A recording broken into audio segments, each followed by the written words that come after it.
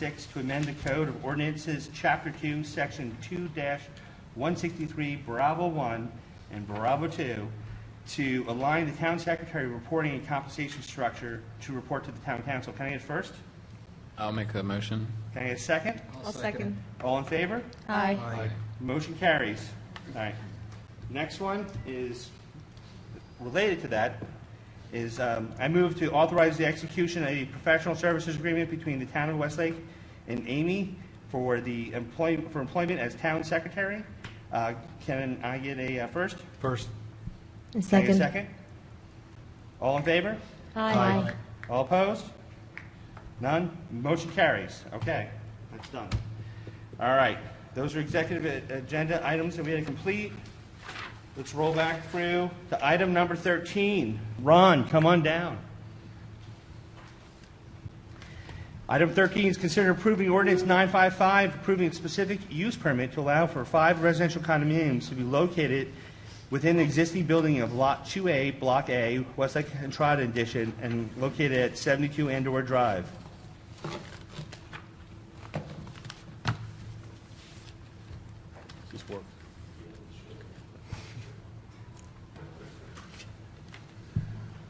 There we go.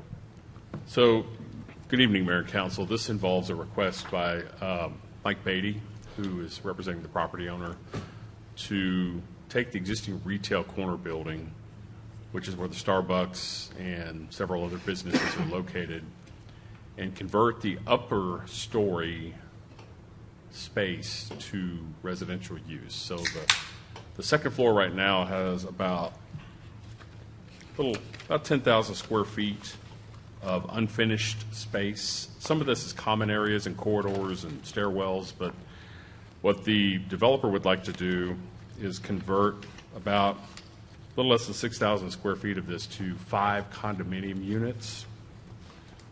The average size of these units would be, well, they range from 1,014 feet to 1,222 feet. And again, this would be on the second level of the building that let me pull it up here and you'll be able to see it.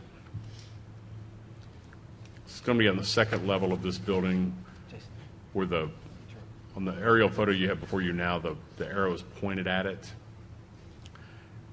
It would not involve any exterior alterations to the building. It would strictly be interior alterations to add the condominium units. As it relates to parking, what they would propose to do is take 10 of the spaces that are in the covered parking garage, which is underneath the most far south portion of the retail corner building, and dedicate those to use by residents in the units. And that's also a condition in the ordinance. So each residence would have 2 parking spaces dedicated to it in that parking garage. So again, in terms of just mechanics, it's a fairly simple request. However, the zoning in Entrada allows for condominiums only with the approval of a specific use permit. It doesn't get into any performance criteria, it doesn't get into any minimum unit sizes, anything other than just you got to come in and get a specific use permit for condos. So in your staff memo, you see previous condo approvals and how this kind of compares to those approvals. These all have expiration provisions in their ordinances, so many of these have expired, including the Plaza Mayor condos. The only one that is locked in is the Block N condo, which I'm not sure if this laser pointer works or you can see it, but it's just to the north of the Starbucks, is south of the retail corner site here. That permit has been issued. They're just running behind on getting the building up. That allows for 10 condos as well. Those are the only active condos at this time. So the applicant is here and can answer more detailed questions. I'll be glad to answer any questions you have. This is essentially like the opening the door to multifamily housing. That's what it kind of looks like. It is classified as multifamily housing. And so in theory, all these could be owned and rented out by one person. Yes, correct. And we could be opening the door for larger projects, maybe 400, 500, 600 condos being rented out. Based on past approval history in the town, there are hundreds of condominium units, yes, have been approved in the past. They've expired, but could one person could one entity conceivably buy those and then rent them out? So what was this zoned for previously? This particular property? Yeah. So the upstairs portion here, was this office space? Was it retail? It allows for any mix of office or Mix retail. of the two. So from a market perspective, I mean, ignoring the product just for a minute, from a market perspective, what was the rationale to change to a condo special use permit? The applicant could better answer that than me, but I believe it was addressing demand, from what I understand. Demand. But, So- but Ron, it's always zoned for residential originally, but we just have to have a SUP for any Thought it was residential commercial or I thought retail. you just said it was commercial. It said mixed retail use. in our agenda It's- packet. It is mixed use, however, it does, the site plan that approved it didn't specify residential. Jared's correct in that, going back to the history of this site, the tower was actually going to contain residences, if I'm not Correct. mistaken, early on.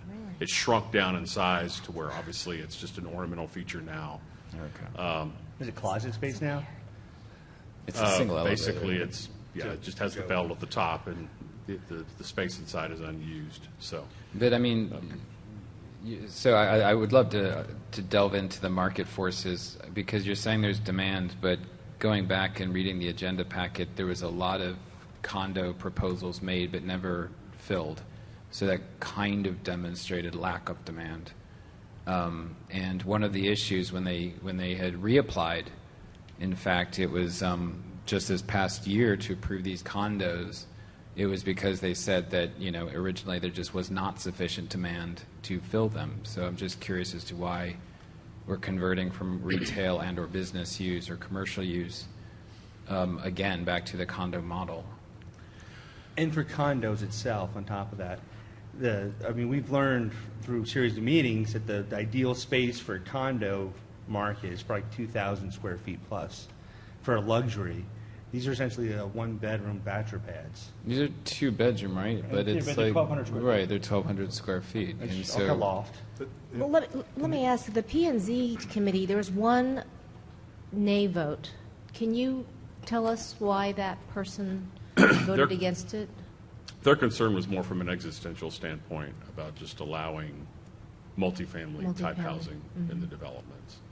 And to back Sean's conversation, we had a lot of developers, a lot of people had skin in the game in Entrada, people that developed the Trophy Club project that went up rather fast. And they were two things. One is a large condo project. They were saying it takes way longer than what you think, and things can change. And they basically said, if you gave me the land for free, I wouldn't do it because it's a trap. My concern is the smaller one. It will be successful because you only have to sell 6 units or whatever the unit count is. I'm concerned about square footage. It's just for a guy that owns a lot of rent houses, it screams rental. It screams VRBO. yeah. And to your point, it opens the door. Yeah, Yeah. and we've done just privately a lot of workforce housing projects, and it's a different price point product that kind of hits that real demand in the market. It's the affordability solution. So it's critical workers that need affordable housing. That's typically what sells the best. And so, there's a perception when we say condos. The big question is, what are we talking about? What is the product? Who is the potential end user? How do we stop, the VRBO model coming into town, or one developer owning 5 units and then just leasing access to Westlake Academy? These are, That's exactly what it is. Right, Yeah. right, It's- right. I've had And that's- people in it's an Southwood alarming model go, to "Hey, think I'm not about." going to move in your house. I just need the address and turn on the water. exactly, No and, thanks. and exactly. Mm-hmm. Yeah. And so, from my perspective, to approve a condo proposal, that's putting a lot of density in what is already a very narrow. You're right next to a Starbucks, so the foot traffic, the cars that come through on a daily basis, to now congest this with another. We're talking about 10 bedrooms, So, right? David- 5 units, 2 bedrooms apiece. I don't know. I'd like to really understand the So, market David, dynamics. I did spend some time talking to the business owners in that building, and they were very concerned about traffic, because even though the condos would each have a two-car garage in the parking garage, the convenience of using that parking lot would be a potential temptation. And to be honest, the nail salon, which I adore, I go there myself, they have a lot of employees and a lot of customers that come in, which also take up a lot of parking units. Two things. So parking's a In concern. Entrada, and Mike, you'd agree, I mean, we're really challenged on parking to begin with. And then secondly, to me, the number one negative, other than opening the door, the second negative is there's no sales tax revenue from a condo. There's no everyday, there's nothing. So from a town that's starving for sales tax revenue, we just eliminated commercial space that could have brought us revenue. But I can see the attraction from a landlord perspective. I'll buy one. I'll buy one too. So on these themselves, like I just noticed recently in Entrada, actually Tim brought it up a while back, about advertising and marketing many of these units. Like I've looked many times, I haven't seen any of these units marketed previously on a commercial basis.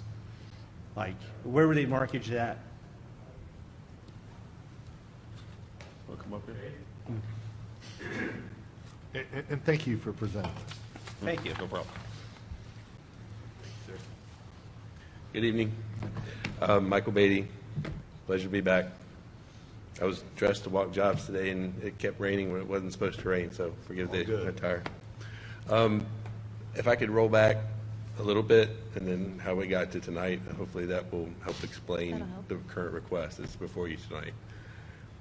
That building originally was built as the 2 stories with the park under garage. The garage itself is very underutilized, especially during the day. I don't know, we've asked to hang some parking signs, like something you would see in another mixed-use developments, to indicate to people, yes, you can park under this garage. The second floor space is 5995 square feet today.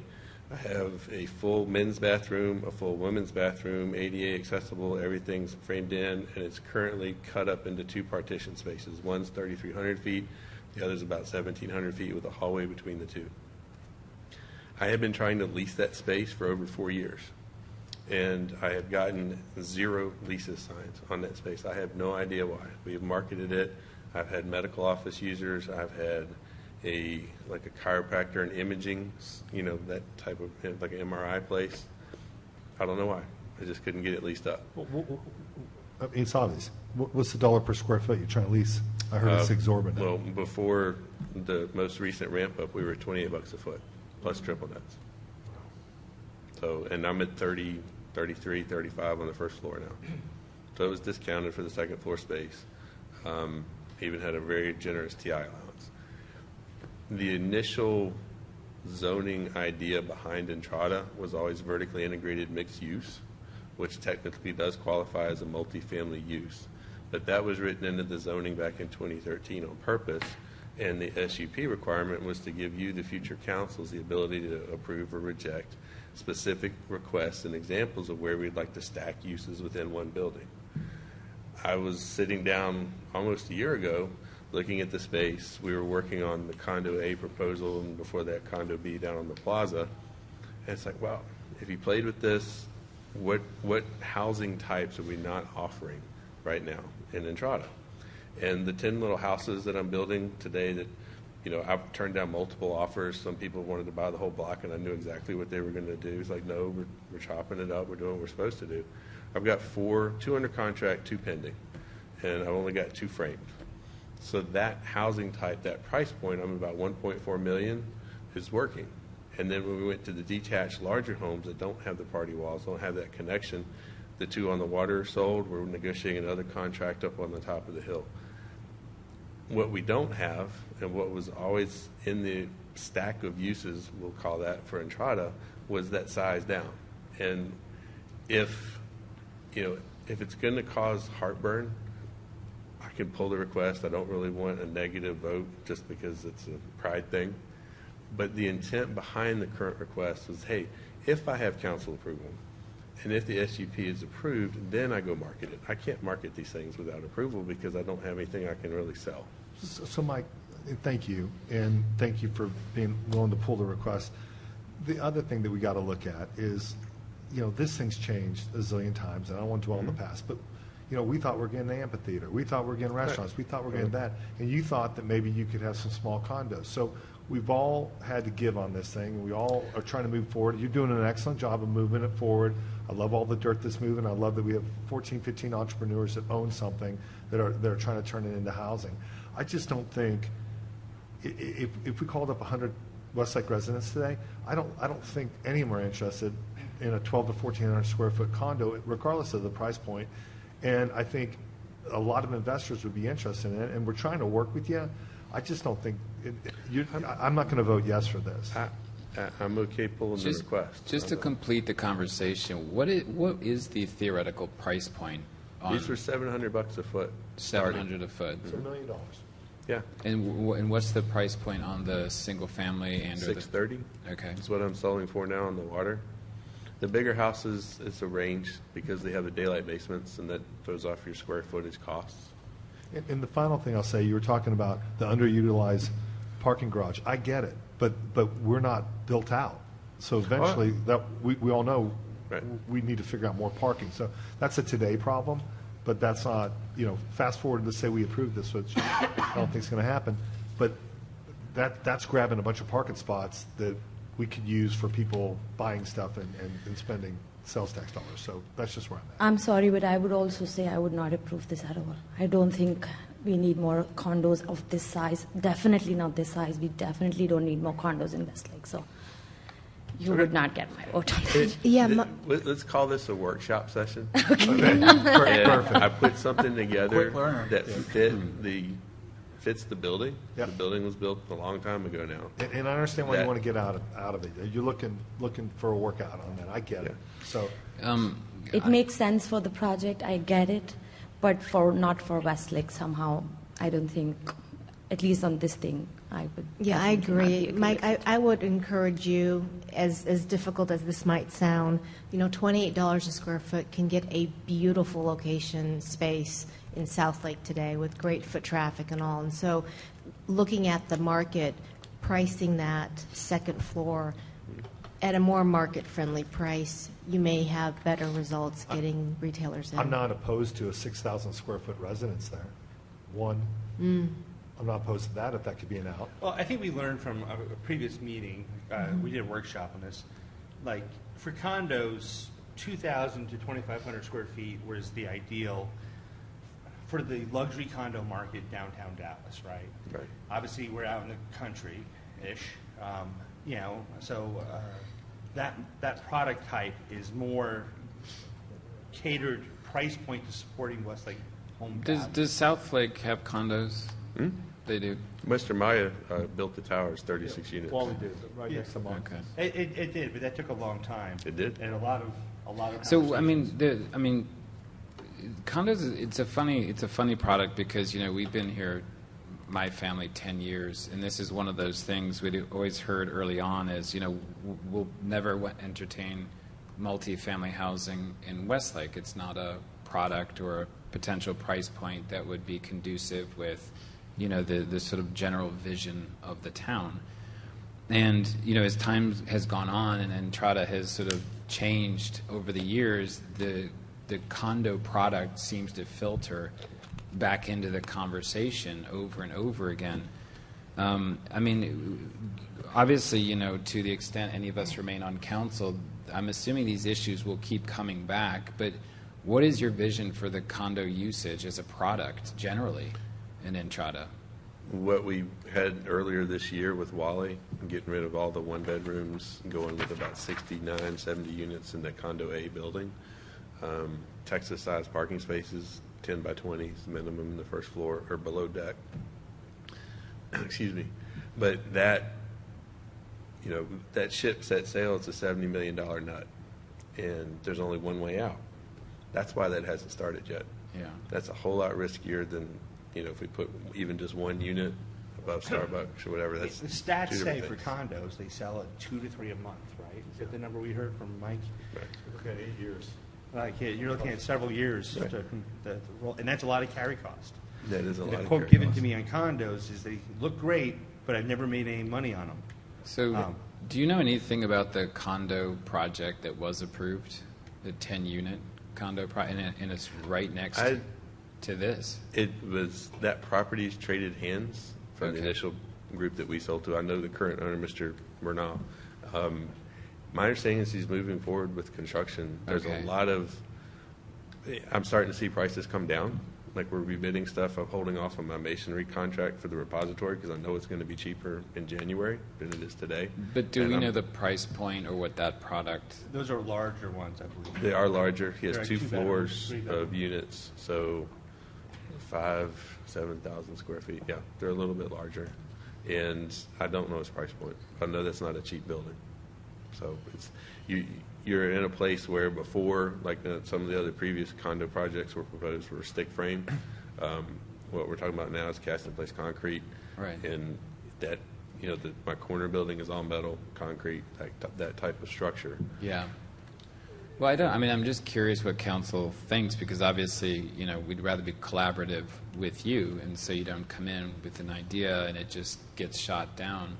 I mean, what is your view as condos as a viable opportunity in Entrada? I mean, It would have to be price supporting to homeowners and home values and comparable in value for it to be considered, in my view. Here's a perfect example. The brownstones in South Lake, people went bonkers over them, did not want them. But once they realized at the time, probably 12, 14 years ago, that they were $1 million product when houses were still 500,000 to 700,000 for a normal house in South Lake, then it became digestible.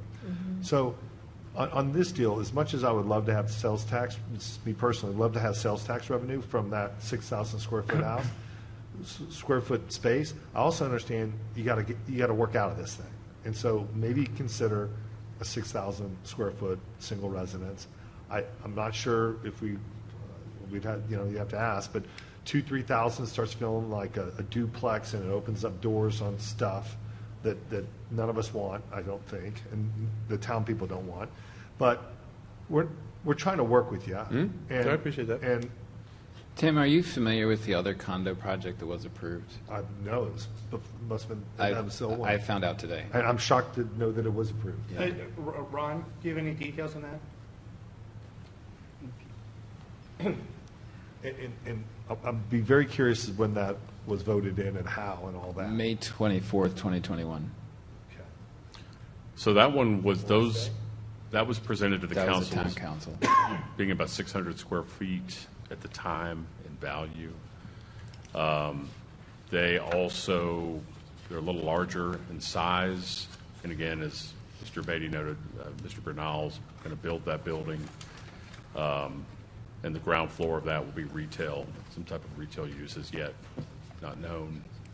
So we don't have an interior design package for those. That was something that they're going to have to present before they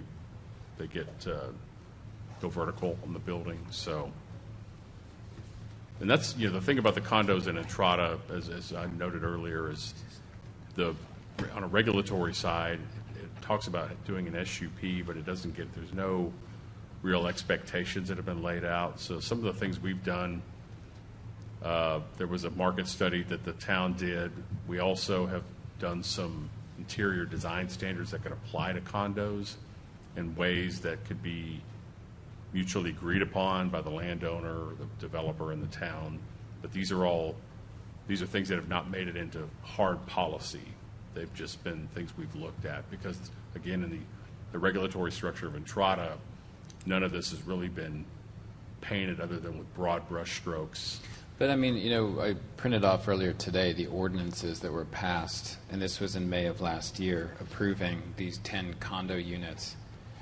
And obviously there's not a lot of details or specificity when it comes to, what it's going to look like. I mean, I went back to the actual agenda items, and there's a number of renderings, drawings, floor plans, square footage proposals. But how much of this is under our control as a town. I mean, do we have any idea as a condo product what that one that was approved is going to look like? With the exterior, we do. Exterior, the renderings were there. On the interior, we don't, and that was something that and I'll give you an example, the Plaza Mayor condos that were approved that have since expired, we had communicated to the developer there that we were working on with them on interior designs, but also amenities. And the key with luxury condos is amenitization. I mean, they're all heavily amenitized. South Lake Town Square, Lakeside Tower, and Flower Mound, those come with massive amounts of amenities that that make it desirable for people to live in. Entrada itself is supposed to be the amenity at some point. It's not there yet. I always say it's oceanfront property, but the ocean hasn't come yet. So, the idea is to get that amenitization in place that drives those values up and makes it a place that people want to live in more than just having a single family home. But how do we restrict, again, landlords acquiring these condos and then, leasing them out? And, I assume there's not a lot the town can do in terms of oversight. Legally, we can't restrict who owns versus leases. It's housing discrimination. Residential. Can condos be taxed differently? Taxed differently. It would just be your ad valorem. Say that again? It's just your ad valorem. It's not taxed differently than any other. Can we make a Could they be? permit for a condo a lot higher? Why can't we do that? That sounds good. I'm sorry, Can we make the permit, we set the prices on permits for a condo higher your or permits. lower? Because But the that permits would, have been issued on this one, I believe, right? Okay, but moving forward. Yeah, Yeah. on Well, the There's a block set in. fee schedule, which the maximum allowed for permit fees, stuff like that. The only additional revenue stream you could get from condos is if you allowed them to be used as short-term rentals, and then they could be charged hotel motel tax. But didn't we But they pass didn't We a, definitely don't want them to but be we short-term passed a rentals. ban on short-term rentals in Westlake about 3 years ago, did we not? That's a blanket ban, but through the PD regulations, you could always specify for a particular zoning district. I'm just saying, Why would it's we not a want recommendation, it's short-term just a rentals? possibility. Yeah, why would we want short-term rentals? I don't think Westlake is the It's a right tax place. taking. It was just strictly an answer to your question. Yeah. Actually, in some cities, short-term rental, the fees are But we rather can't, steep. I mean, okay. But Ron, you said we can't by law restrict somebody from leasing these out, Correct. but you can restrict short-term rentals?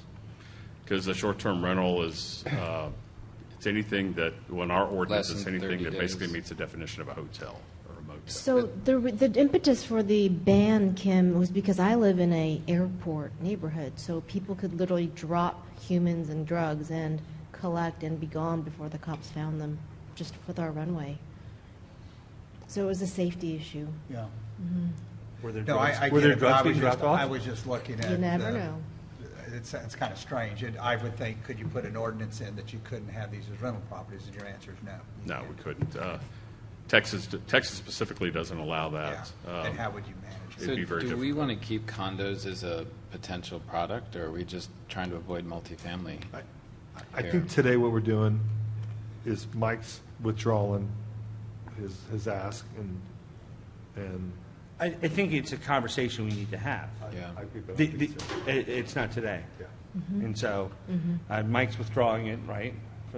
And so the issue's mute right now. But the existing one is, I assume that's left the station.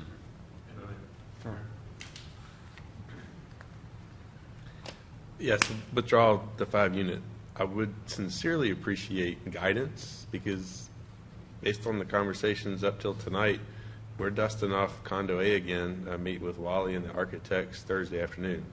And I don't want to start spending money there if this is something that we're going to have the same conversation only on a much bigger scale.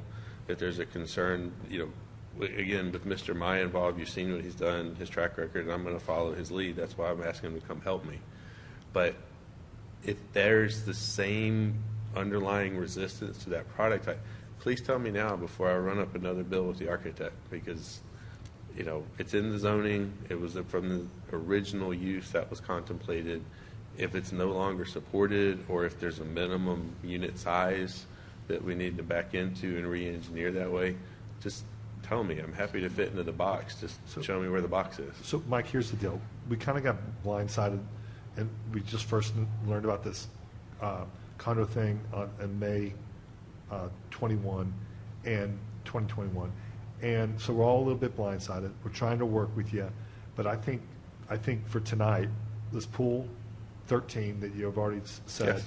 and maybe you and Wally come back and give us time to digest that something got thrown in, or whatever, something got approved that no resident, no town person knew about. So we're all blindsided by it. I'm sure a lot of people in the town have a ton of opinions, and I'd like to hear those opinions. I'd like for y'all to come back. We're trying to be fair, but we got blindsided by this tonight. Understood. So on the Wally's condos, like what size is he looking at right now? Well, we were at about 1,400 average before. We do the new tables. I think I'm just over 2,000. I had to double check. But it's still small for that luxury market. Well, that's the blend. And, our top floors, the penthouses, we're saying we're getting rid of the smaller units that were in the first and second floors. Right. So the lower units are about 2,000 now. Yes. But the upper units will be Still 3,600 on the 36, corners. 4,000. So, back on this May 2021, Anna, were you on the council when this happened? I think I was sworn in at the end of that meeting with Chandrika. Chandrika, do you We remember both this? were sworn in at the same time. Okay, so y'all weren't aware of this either then, right? Well, we were not on council. We weren't on the council. Okay. Timmy, you'll see right here. Like, you can take a look. It'll tell you who is present. Mhm. I don't even know. Yeah. It'll tell you who's present. How can we best help Mike Beatty with this challenge? Okay, so, for the record, is Mayor Laura Wheat, Carol Langdon, Alyssa Belvedere, if I'm saying it right, Mr. Trivedi, Chandrika, and Anna White Okay. were present for that. And the date was May 24th, 2021, when the 10 condos were approved. And just for clarification on that too, that original SUP was actually approved on the January 27th, 2020. It expired. So what happened on May 24th, 2021 is it came back and got reapproved. So the the original- additional approval is in 2020. The original approval was when? January 27th, 2020. But then it got reapproved. And To then- kind of reanimate the Okay. SUPs, and then he did get the permit. But had it not been reapproved, they they would would've not have had done a it. condo project. Correct. Right. Right. Okay, so that's the day our city changed. And so with what's coming forward at the next council meeting related to Entrada, that may be an opportunity to start to get into a bigger discussion. Have a look at that. And we can from there provide whatever information the council needs, I think, so. I appreciate it, thank you. All right. Any more questions on this or now? No? All right, item 13 is done. 14, we already took. All right, council recap, staff direction. Jared? Mayor, I have, Troy's going to get with the Bennett Partners and talk about those next steps, about getting that bid package put together and seeing what we couldn't do on that pricing, if we can get that kind of thrown in to the costs that we've already paid them. We'll be bringing back that water line project. Troy's going to have a graphic that shows that water line, the proposed water line, those connections, and the proximity to adjacent developments. And then also on the 5th, we'll be bringing back that Valley View consultant agreement. Is Did I miss anything else? anything? Yeah, sorry, can you recap on the water line? What are you bringing back? Troy's going to bring back that Schematics. schematic graphic that shows that water line, the proposed water line, the proximity to developments, and so specifically the Manola project, that property was Manola's, and then where those where the water line connections would be made. Okay, and the price to flush the pipes, and then the request from Keller to transfer the houses? Yeah, perfect. Okay. Nothing else on that? All right. Is it good? Oh, we were about to get to it, yeah. Item number 16, future agenda items. We still have one item for June. I have no other items to add right now. What do you want to do? Okay, so just two quick future agenda items I want to run by you guys. One is, I was thinking about the community engagement issue, and it's been a really, really busy year. So we probably should consider reviving those neighborhood meet and greets that the prior administration did. I thought those were really good meet and greets. I think the town is. Are we? Well, from Jared's update. Okay. When are we starting the town meet and greet? No, we're not doing any Neighborhood meet and neighborhood greets. meetings that we Yeah, I were haven't going to heard of We're neighborhood thinking about homeowner association. residence hours. The HOA, you were going to meet with the HOAs. So we have been meeting with the HOA representatives. We've already done that once. Troy's been spearheading that, but that is on one, but completely Yeah, different that's issues. separate. Okay, Yeah. sorry, then I just want to make sure. Yeah, no worries. That's a good question, David. Yeah, this is separate where each of the neighborhoods would open up a home, and we would post an open meeting so that every council member and mayor can be there, and we update that neighborhood about what's going on in town, give a really open-ended Q&A session for residents, and get them a chance to meet the council members up close and personal. It'd be nice to have that going Would that again. be outside of the calendar of meetings? Yeah. Okay. Yeah. So I'd really like to revive that. That's something the prior administration did for years, and I'd love to have that happen again. I think we can, I don't know. What do you guys think? What do you think? Any thoughts, anyone else? And you're saying go by HOA as a benchmark? No, I didn't say anything about HOA. This is just something where we would invite somebody in a neighborhood to open up their home.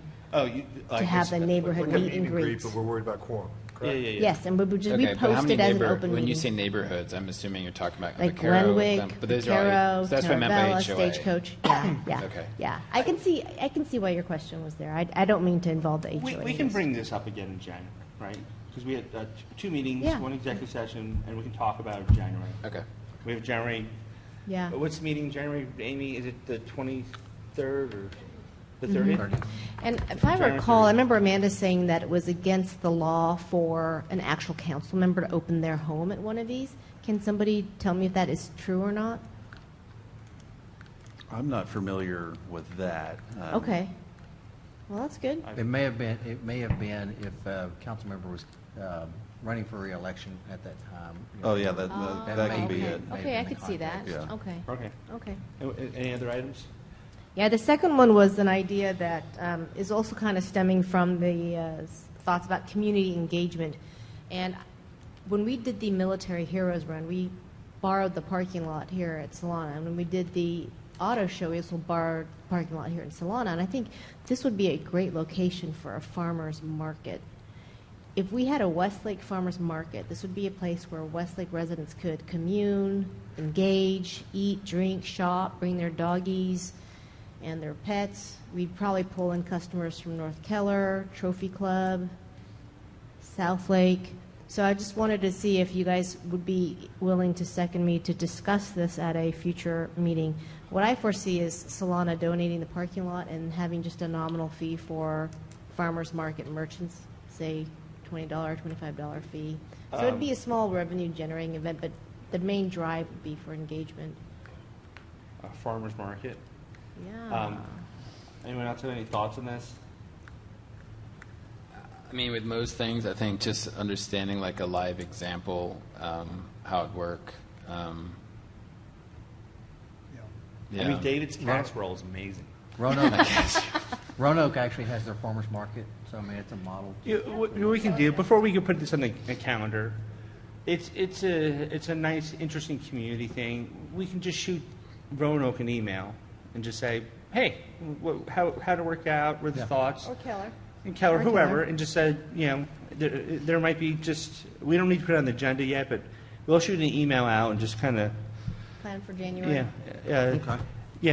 but farmers markets happen like spring and June. I mean, No, They're all year round. they're year I round. don't know. I mean, Year round.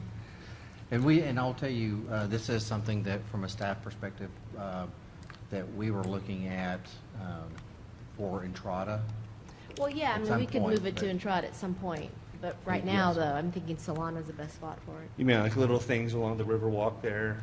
Mike Beatty out selling carrots. Flowers, selling flowers.